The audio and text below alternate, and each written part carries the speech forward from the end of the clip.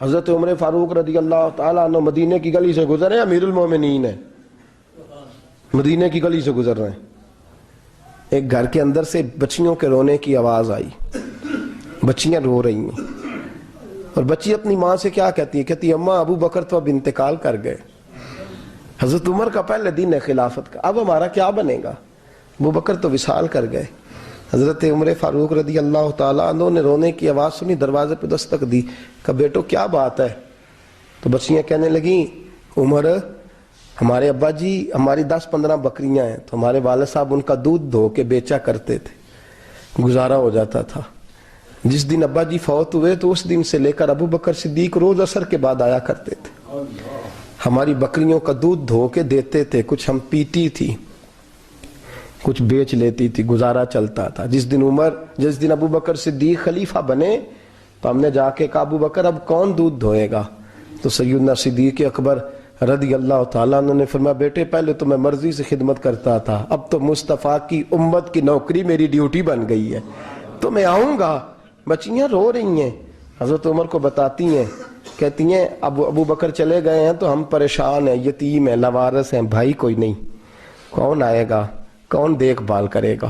حضرت عمر فاروق گھٹنوں کے بل زمین پہ بیٹھ گئے، ان چھوٹی چھوٹی بچیوں کو سینے سے لگایا، فرمانے لگے میں ابو بکر کا کیا کروں، میرے لیے رستے بڑے مشکل کر گیا ہے، میں اس کے کس بادشاہ وقت ہو کے وہ غریبوں کے گھروں میں آ کے ان کی بکریوں کا دودھ بھی دوتا تھا، امیر المومنین ہو کے یہ رنگ بھی تھا۔ اور میں بیٹیوں فکر نہ کرنا، جب تک عمر زندہ رہے گا، عمر آتا رہے گا، یہ نوکری کرتا رہے گا۔ کچھ دن بیتے تو حضرت عمر فاروق کو یاد آیا اوہو مدینے میں ایک بوڑھی اماں بھی رہتی ہے جس کا کوئی گھر کا کام کرنے والا نہیں، اور جس بی بی کا کوئی بال بچہ نہیں، اور آنکھوں سے بھی وہ نابینی ہے۔ حضرت ابو بکر صدیق رات کے سناٹے میں جایا کرتے تھے، اس کے گھر میں جھاڑو دیتے تھے، یہ بادشاہ ہے، اس کی فقیری کا رنگ دیکھو، اس کو کنویں سے پانی بھر کے لا کے دیتے تھے۔ اور یہ لفظ آپ سنیں گے تو حیران ہو جائیں گے، اس بوڑھی اماں کے لیے نا ایک کونے میں گھر میں دور بار شیر میں ایک جگہ کھود دی تھی جہاں وہ بی بی پخانہ اور پیشاب کرتی تھی۔ امیر المومنین حضرت ابو بکر صدیق رات کو جاتے تھے اور اس کا وہ پخانہ وہاں سے اٹھا کے باہر پھینک کے آیا کرتے تھے۔ اس عورت نے پیغام بھیجا کہ عمر سے کہو میری بھی ڈیوٹیاں تو نہیں سر انجام دینی ہیں۔ عمر فاروق ساری رات کام کرتے، سناٹا گہرا ہوتا تو جھاڑو دبایا ہے بغل میں، اور عمر فاروق نکلے ہوئے اس بی بی کے گھر میں جھاڑو دیا جا رہا ہے۔ حضرت انس بن مالک فرماتے ہیں میں نے آخری عمر میں بھی اس بوڑھے عمر کو دیکھا ہے، اس بڑھاپے میں بھی میں نے اس شخص کو دیکھا ہے کہ جب وجود کمزور ہو گیا، داڑھی سفید ہو گئی، لیکن پھر بھی اس کا انداز نہیں بدلا۔ اس نے ساری زندگی بادشاہی میں فقیری کر کے گزار دی، یہ پھر بھی کسی کے گھر میں جھاڑو دیتا ہے، کسی کی بکریوں کا دودھ دھوتا ہے، یہ کسی غریب میرے دوست یہ۔ اور جب سیدنا فاروق اعظم رضی اللہ تعالیٰ عنہ خطبہ دینے بیٹھتے ہیں تو کپڑے پھٹے ہیں، پیوند لگے ہیں، مزاج سادہ ہے، بڑا مال آیا ہے، بڑا مال، لیکن تقسیم کر دیا، اور یہی انداز آگے اپنے گورنروں کو دیا۔ حضرت سعید بن عامر رضی اللہ تعالیٰ عنہ آپ کے گورنر ہیں، حمص کے گورنر ہیں۔ جب لسٹ آئی نا غریبوں کی، حضرت عمر نے کہا کہ حمص کے جتنے غریب لوگ ہیں ان کی لسٹ بنا کے بھیجو، ان کو چندہ لگانا ہے۔ تو 17ویں 18ویں نمبر پر حضرت سعید بن عامر کا نام بھی آ گیا، گورنر صاحب کا۔ تو حضرت عمر نے سوچا شاید کوئی اور سعید بن عامر ہے، فرمانے لگے یہ کون ہے؟ جس کی ڈیوٹی لگائی تھی اس سے کہنے لگے یہ سعید کون ہے؟ تو کہا حضرت جی ہمارے صوبے کا گورنر۔ تو فرمایا اس کی لسٹ فقیروں میں؟ فرمانے لگے پتہ نہیں آپ نے کیا رنگ بھر کے بھیجا ہے، مہینہ مہینہ یہ شخص درختوں کے پتے کھا کے گزارا کر دیتا۔ کہ یہ میں فرشتوں کی کہانیاں نہیں سنا رہا آپ کو، میں آپ کو جنات کی یا عالم بالا کی باتیں نہیں، اس دھرتی پہ بسنے والے، اس دھرتی پہ وقت گزارنے والے میرے رسول پاک کے تیار کردہ ہیرو کی باتیں عرض کر رہا ہوں۔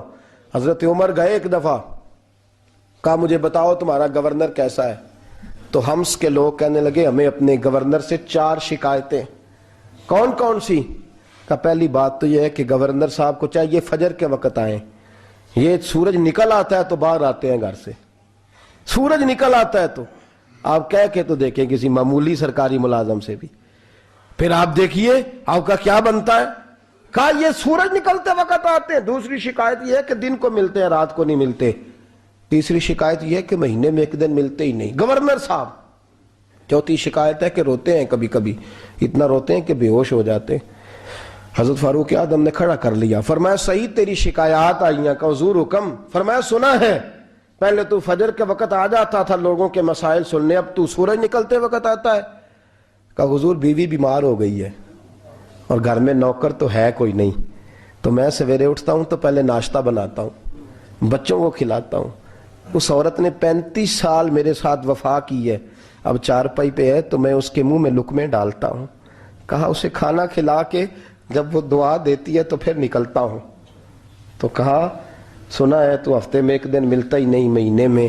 کہنے لگے حضرت جی جب مدینے سے آیا تھا تو ایک کرتا اور ایک تامد ساتھ لایا تھا, مجھے آج 2.5 سال ہو گئے ہیں, میں نیا لباس نہیں خرید پایا. میں نے عرض کی میں اس دھرتی پہ بسنے والے لوگوں کی داستان سنا رہا ہوں. کہا میں اپنی تامد دھو کر خشک ہونے کو ڈال دیتا ہوں, اسے آدھا دن لگ جاتا ہے, خشک ہوتی ہے تو تامد پہن کے قمیض دھو لیتا ہوں اور پھر قمیض ڈال دیتا ہوں. حضرت جی سارا دن بیت جاتا ہے تو باہر نہیں آ پاتا. حضرت عمر فاروق کی گردن جھک گئی. کہا سنا ہے تو رات کو ملتا ہی نہیں. یہ لفظ کہے تو حضرت سعید بن عامر کہنے لگے یہ میرا راز تھا, آپ میرے امیر نہ ہوتے تو کبھی فاش نہ کرتا. دن میں نے بندوں کے لیے رکھا ہے, رات اپنے رب کے لیے رکھی ہوئی ہے. میں رات کی تنہائیوں میں اپنے کریم کی بارگاہ میں جاتا ہوں اور میں سارے دن کے گناہوں کی معافی مانگتا ہوں. میں اپنی غلطیوں کی تلافی کا سوال کرتا ہوں, اس کے حضور جاتا ہوں, اسے دکھڑے سناتا ہوں. رات میری اس کے لیے بیت جاتی ہے. حضرت عمر کی اور گردن جھک گئی. فرمایا یہ بتا کہ تو ملتا ہی نہیں, کبھی کبھی تو روتا ہے اور بے ہوش ہو جاتا ہے.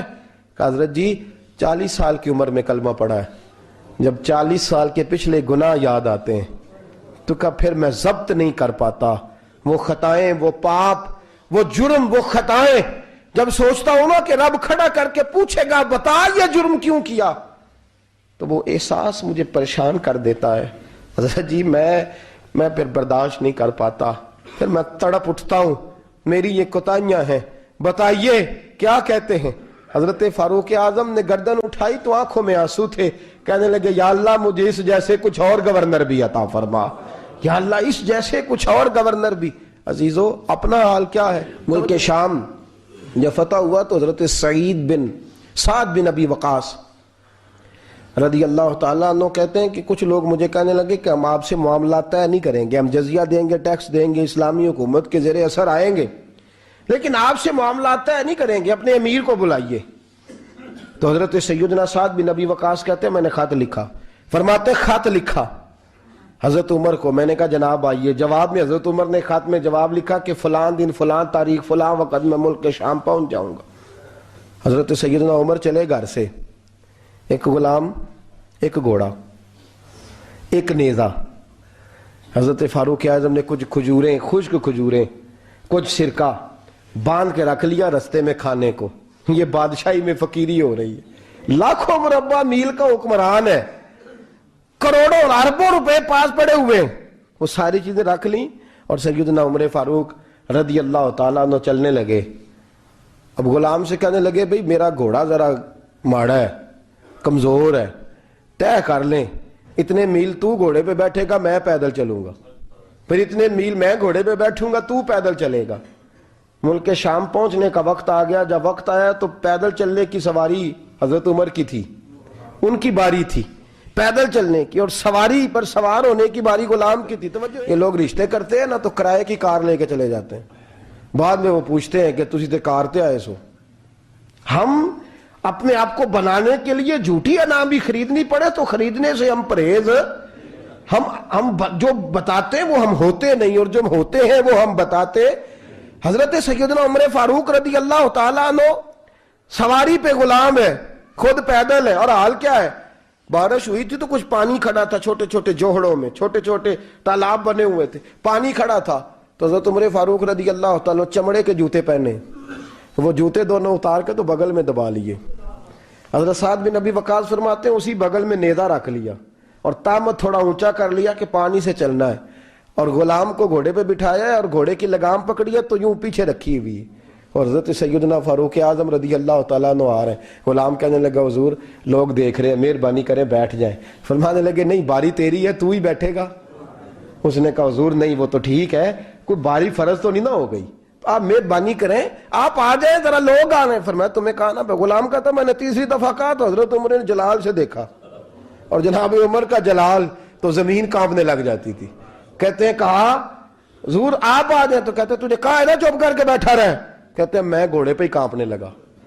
وہ غلام، اب حضرت سعد بن نبی وقاص کہتے ہیں سورج غروب ہو رہا تھا، شعائیں پانی میں پڑ رہی تھیں، حضرت عمر پانی سے، میں نے غور سے دیکھا تو دوڑا گیا، جا کے نا بچے نہیں مشورہ دیتے ابا جی کو، ابا جی انج نہیں کریدا، دور بدل گیا جے، کہتے میں دوڑا گیا اور جا کر کے حضرت سیدنا عمر فاروق کو کہا حضور مہربانی کریں، ٹھیک ہے آپ کی درویشی سے کون آگاہ نہیں، وزیر کھڑے ہیں، سفیر کھڑے ہیں، بڑے بڑے عمرا، بڑے بڑے ملکوں کے حکمران ہیں، آپ مہربانی کریں یہ تم ذرا نیچا کریں اور جوتا پہن لیں، اگر خراب ہو گیا تو اللہ نیا بھی دے دے گا، اور مہربانی کریں ذرا غلام کو کہیں نیچے آ جائے۔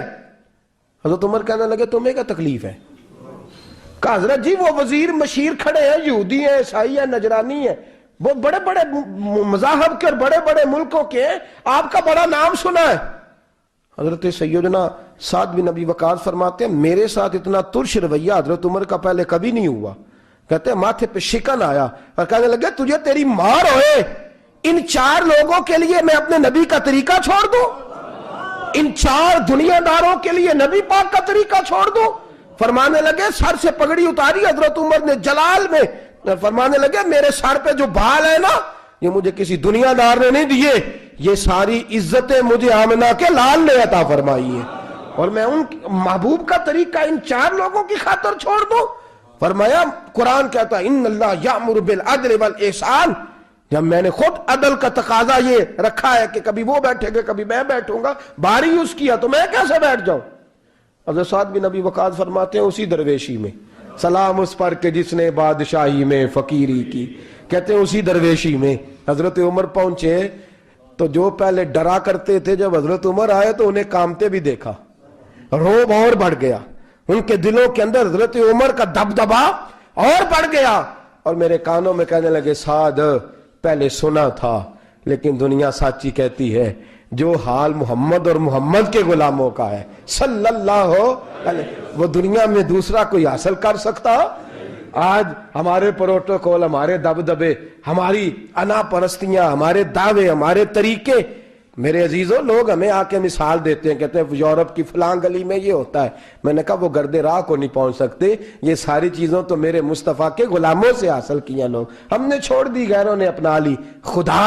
خدارا اپنی زندگی میں تبدیلی لائیں، درویشی، سادگی، بے تکلفی، یہ زندگی حسین ہوتی ہے، یہ زندگی سکون والی ہوتی ہے، یہ زندگی اچھی ہوتی ہے، یہ فرحت اور تازگی والی ہوتی ہے۔ اپنے آپ کو ان تکلیفوں اور آلائشوں میں مبتلا نہ کریں، اگر اللہ مال دے، عزت دے، دولت دے، اللہ تعالیٰ نفاست عطا کرے تو پھر اپنے آپ کو سادہ کریں، آزاد کریں، کھلی ہوئی کتاب بنا کے اپنے آپ کو رکھیں۔ مجھے ایک بچہ کہنے لگا حضرت جی جب بھی آتے ہیں آپ کہیں بیٹھے مل جاتے ہیں، ہم کسی کو لا کے کہتے ہیں جناب حضرت جی بڑے مصروف ہیں اور آپ یہاں آگ تاپ رہے ہیں جلا کے، مہربانی فرمائیں۔ میں نے کہا یار 2-4 دن تو بن سور کے بیٹھنا بندے کے لیے آسان ہوتا ہے، سارا دن ملمہ سازی کر کے رکھنا اتنا آسان کام تو ویسے بھی بندہ جو ہو وہ نظر آئے تو اس کے لیے زیادہ بہتر ہوتا ہے، جو ہو وہ دکھائی دے وہ زندگی آسان ہو جاتی ہے، بہتر ہو جاتی ہے۔ اور ویسے بھی جو کھلی ہوئی کتاب ہوتی ہے اس میں لوگ مشکوک نہیں ہوتے، جو بندی ہوئی ہوتی ہے نا اس میں لوگوں کو خبر نہیں ہوتی کہ نہ جانے یہ کیا معاملہ ہے۔ میرے عزیزوں اپنے آپ کو بے تکلف بنائیں۔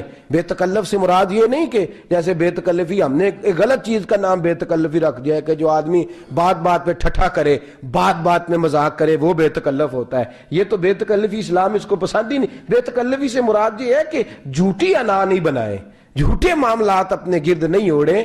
اپنی اگر اللہ آپ کو بہت زیادہ مال و دولت دیتا ہے تو جتنا وہ مولانا رومی کہتے ہیں جتنا ٹہنی پہ پھل زیادہ لگتا ہے نا اتنی وہ ٹہنی جھک جاتی ہے، جو اکڑی ہوتی ہے سمجھو وہ خالی ہوتی ہے۔ اگر آپ پھلدار ہیں تو پھر آپ کو جھکے، پھر آپ کو با اخلاق ہونا چاہیے، با مروت ہونا چاہیے، پیار والا ہونا چاہیے۔ زندگی میں اس چیز کو ضرور اپنائیے، بڑے لوگ وہی ہوتے ہیں جن کا کردار بڑا ہوتا ہے، بڑے وہی ہوتے ہیں جن کی بات بڑی ہوتی ہے، کوئی باتوں سے اور پروٹوکول سے کبھی بڑا نہیں ہوتا، ہمیشہ مدحت خیر الانام میں گزرے، دعا ہے یوں عمر درود و سلام میں گزرے، آخر دعوا یان الحمدللہ۔ لکھ رہا ہوں نعت سرور، سبز گنبد دیکھ کر کیف طاری ہے قلم پر، سبز گنبد دیکھ کر ہے مقدر یاوری پر، سبز گنبد دیکھ کر ہے مقدر یاوری پر، سبز گنبد دیکھ کر پھر نہ کیوں جو میں ثناگر، پھر نہ کیوں جو میں ثناگر، سبز گنبد دیکھ کر